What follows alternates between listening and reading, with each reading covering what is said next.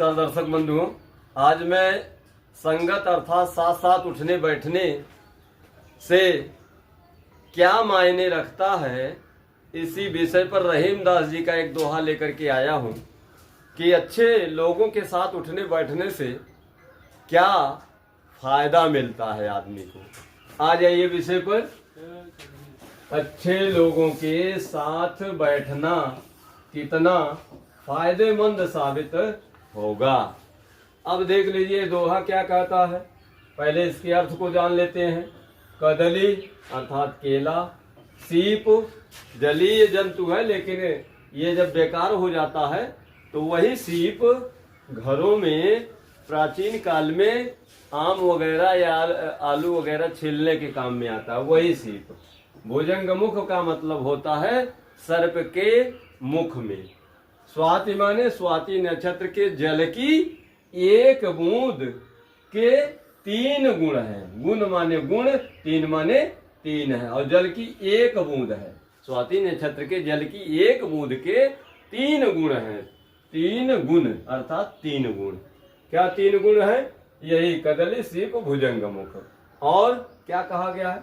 जैसी माने जिस प्रकार से, संगति माने जिस प्रकार के संगत अर्थात जिस अच्छे मनुष्य के साथ रहेंगे तो अच्छा बनेंगे, बुरे के साथ बैठेंगे उठेंगे तो बुरा बनेंगे।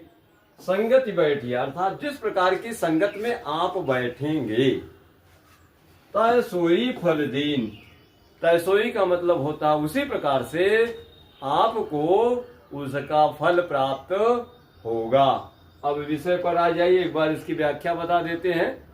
रहीमदास जी कहते हैं कि जिस तरीके से स्वाति नक्षत्र के जल की एक बूंद के 3 गुण हैं, जल की एक बूंद के 3 गुण हैं, और 3 गुण कहां पर पड़ने से क्या बन रहा है?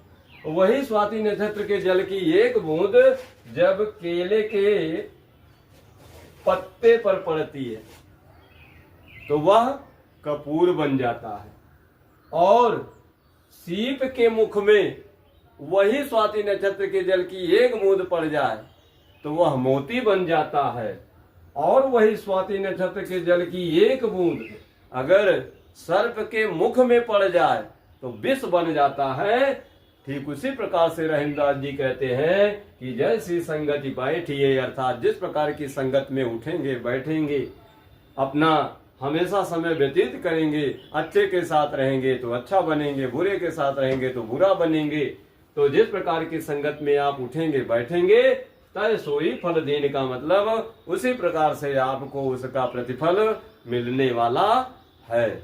अतः हम निवेदन करते हैं कि संगत के अनुसार ही अर्थात हमेशा अच्छे लोगों की जीवनी पढ़ें, अच्छे लोगों के साथ उठे बैठें, और आप अच्छे बने और एक अच्छा नागरिक ही समाज और राष्ट्र की दशा और दिशा को सुधार सकता है। इसी के साथ जय हिंद, जय भारत।